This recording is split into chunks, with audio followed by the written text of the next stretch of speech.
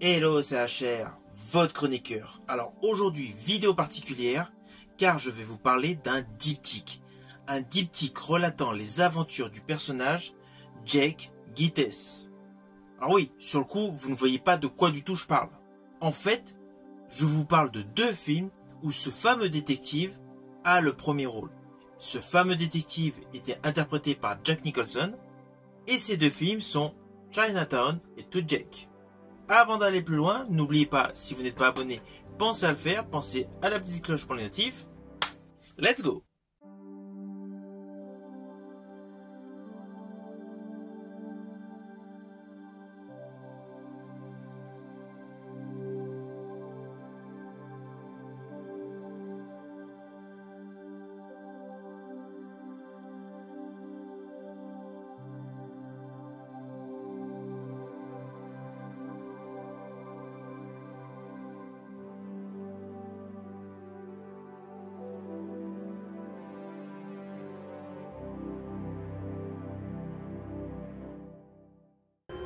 Alors naturellement, je vais commencer par le premier opus. Il s'agit de Chinatown. Il est sorti en 1974 et sachez que ce film est le dernier film que Roman Polanski a réalisé aux USA. Après ce film, Roman Polanski a quitté les USA. Alors ce film est sorti en 1974, mais en 1975, c'est-à-dire un an après, ce film a eu 47 nominations aux Oscars. À ce jour, ce film fait partie des films cultes du 7e art. Alors avant d'aller plus loin sur certaines précisions, voici l'histoire. Alors naturellement, je vais vous le faire de manière très succincte. L'action de ce film se déroule dans les années, plus précisément à Los Angeles.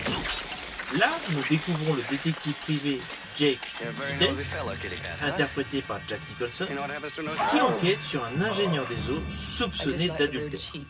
Alors ce qu'il faut savoir, c'est que l'enquête de l'ingénieur était commanditée par Madame Evelyn Mulray. Oui, je vous ai précisé Evelyn Mulray, car en fait, il y a une ambiguïté dès le début de ce film sur ce personnage féminin. Car justement, le fameux ingénieur dans l'histoire est un haut fonctionnaire travaillant au département des eaux.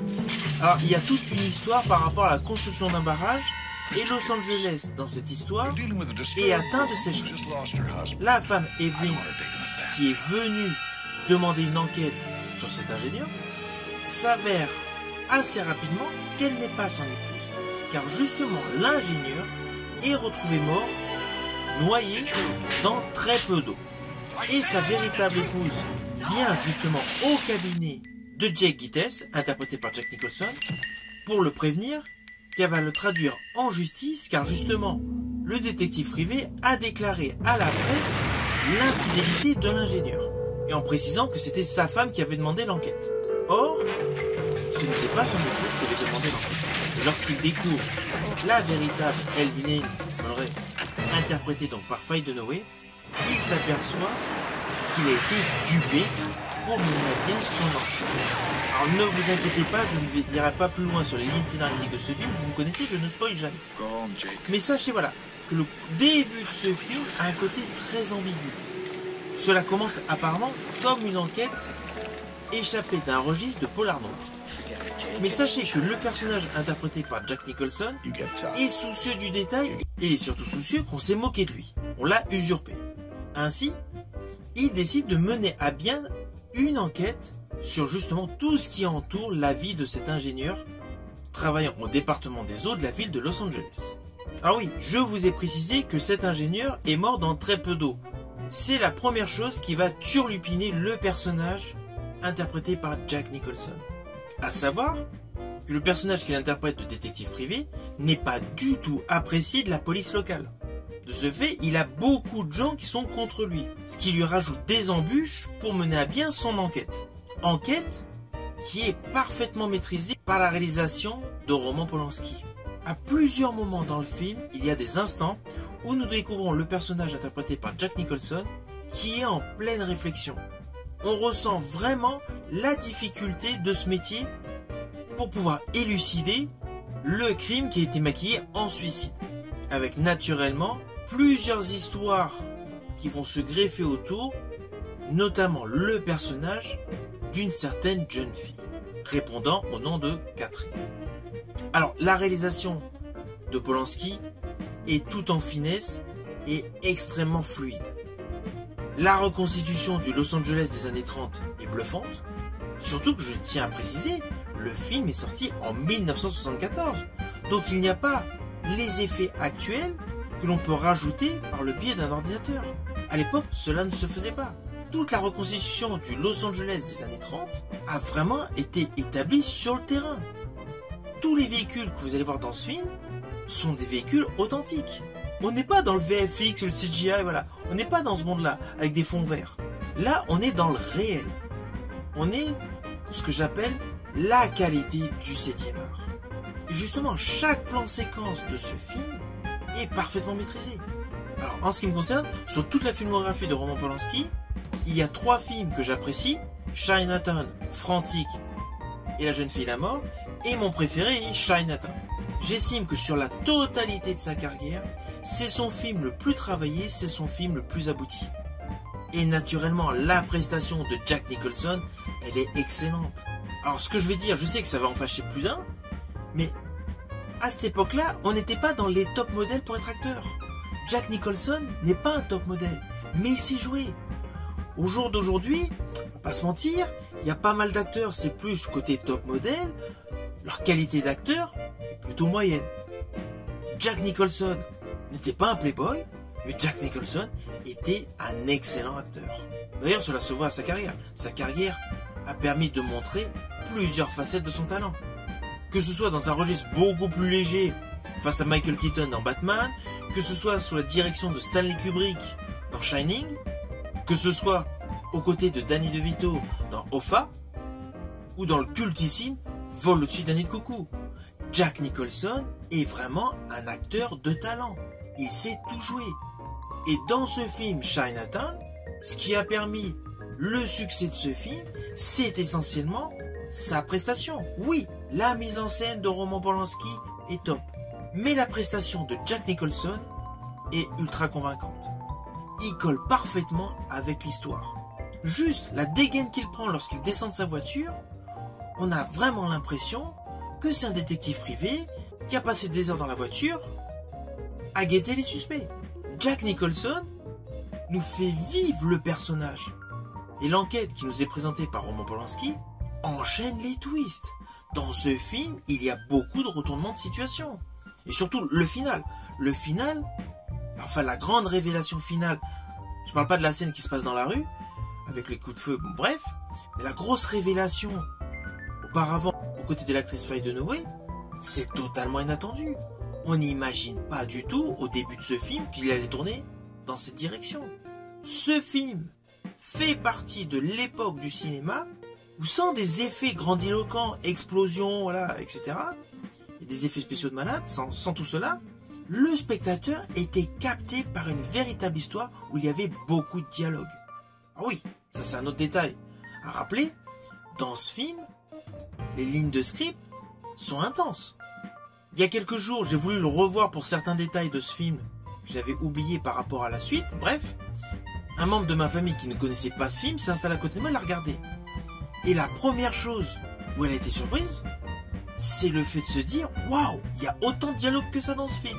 Et c'est vrai que j'ai vu pléthore de films, c'est clair. Mais j'avais pas réalisé. C'est vrai qu'avant, dans les films, il y avait beaucoup plus de dialogues que dans les films d'aujourd'hui. Et là, dans ce film, c'est largement le cas. Ne vous attendez pas à un polar avec de l'action. Il y a quelques petits éléments d'action, oui, dont notamment la scène finale, avec un petit détail d'action. Mais tout se joue essentiellement sur la transmission des émotions, sur le jeu du regard des acteurs et des actrices, essentiellement sur leur posture et sur les différentes lignes scénaristiques qui composent leur dialogue.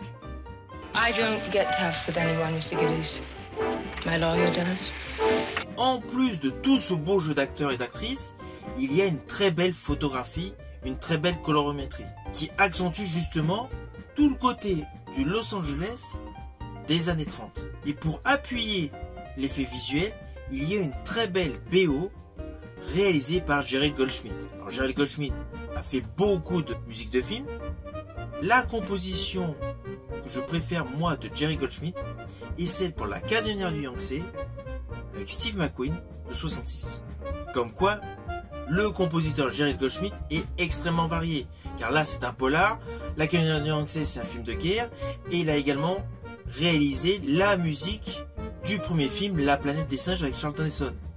Des sonorités totalement différentes. Et là sa BO pour ce film de Roman Polanski est en totale adéquation avec la timeline. Ah oui, pour la petite histoire, sachez que Roman Polanski, qui est le réalisateur de ce film Chinatown, est également acteur dans ce film. Il a d'ailleurs une séquence assez étonnante où il donne la réplique à l'acteur Jack Nicholson auprès du barrage. Cela se passe à côté d'un grillage le soir. Cette scène est assez étonnante. C'était pour la petite histoire. Avec tous ces éléments de qualité, ce film a eu énormément de succès. Il a fallu attendre 1990 pour avoir une suite qui a pour titre To Jake. To see what a murder looks like. Then what happened? Usually happens when somebody pulls a gun. Everybody ducks. What I do for a living may not be very reputable, but I am. In this town, I'm the leper with the most fingers. Alors ce film est sorti en 1990. Nous suivons toujours les aventures du détective privé Jake Gittes, toujours interprété par Jack Nicholson. Ce n'est pas Roman Polanski qui a réalisé la suite, mais c'est Jack Nicholson lui-même qui est passé à la réalisation. Néanmoins, comme pour Chinatown, le scénariste est toujours Robert Towne. Alors je vous le dis tout de suite, malheureusement ce film en 90 n'a pas eu le succès escompté. Ce qui est assez logique, en 90, la génération faisant vivre essentiellement le cinéma était vers d'autres raisons cinématographiques.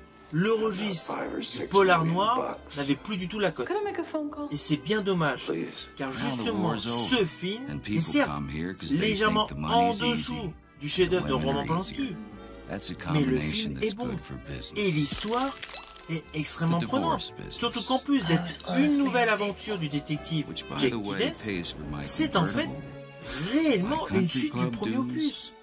On reparle dans ce film du personnage Catherine. Catherine qui était une jeune femme dans Chinatown.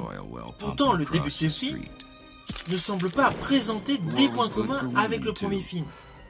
Nous retrouvons bien évidemment le personnage de Jack Nicholson qui est toujours sur les affaires d'adultère. Dans cet opus, il est payé par une personne fortunée interprétée par Harvey Keitel qui soupçonne sa femme d'avoir un amant. Il fait suivre donc, par le détective Jake Gittes et au moment où il a la preuve officielle où la femme est enregistrée avec l'homme, le personnage interprété par Harvey Keitel, c'est-à-dire Jake Berman, pénètre dans la chambre et tue l'homme. Et assez rapidement, il y a une enquête policière officielle. Alors on se dit, tout est convenu. Mais naturellement, vous vous doutez, polar noir, beaucoup de retournements de situation, avec notamment l'implication de l'épouse de l'homme qui a été tué, qui était l'amant de Kitty, donc la compagne du personnage Jack Berman. Là, il y a une histoire qui s'enchevêtre avec plusieurs arcs narratifs, plusieurs personnages agissant tels des satellites, pour rebondir sur des personnages qui étaient dans le premier opus Chinatown. D'ailleurs, c'est comme les collègues policiers de Los Angeles, on a beau être en 1948, on retrouve les mêmes personnages policiers, avec naturellement des grades différents, des fonctions différentes. Ainsi, au fur et à mesure que nous avançons dans ce film, on s'aperçoit qu'il y a de plus en plus d'éléments communs avec le premier film, sorti en 1974, Chinatown. Ah oui, je vous ai précisé que le film s'appelait To Jake, donc de Jake. En fait, il s'agit de Jake Gittes, interprété par Jack Nicholson, et de Jake Berman, interprété par Harvey Keitel. Là, vous avez l'explication du pourquoi du titre.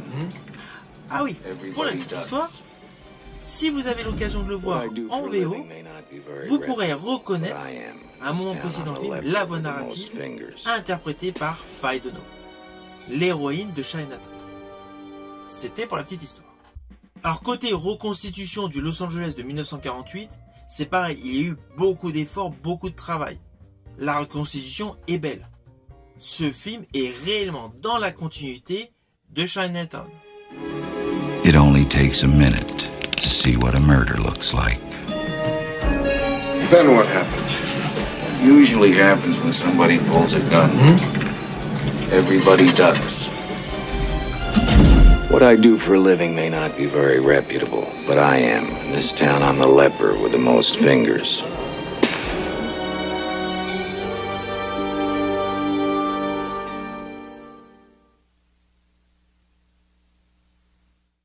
Alors au final, naturellement, ce sont deux films que je vous invite à voir.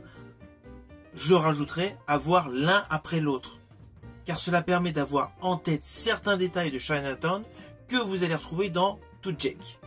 Les deux films sont bons. Certes, le film de Roman Polanski a un petit côté dans la réalisation qui le met légèrement dessus, mais sincèrement, la réalisation de Jack Nicholson est bonne. L'histoire est équivalente et l'ambiance du polar noir est réussie dans les deux films. Ainsi, ce sont deux films à découvrir. Si vous avez aimé ma vidéo, n'oubliez pas, petit pouce vers le haut, pensez au partage. Quant à moi, je vous dis à bientôt.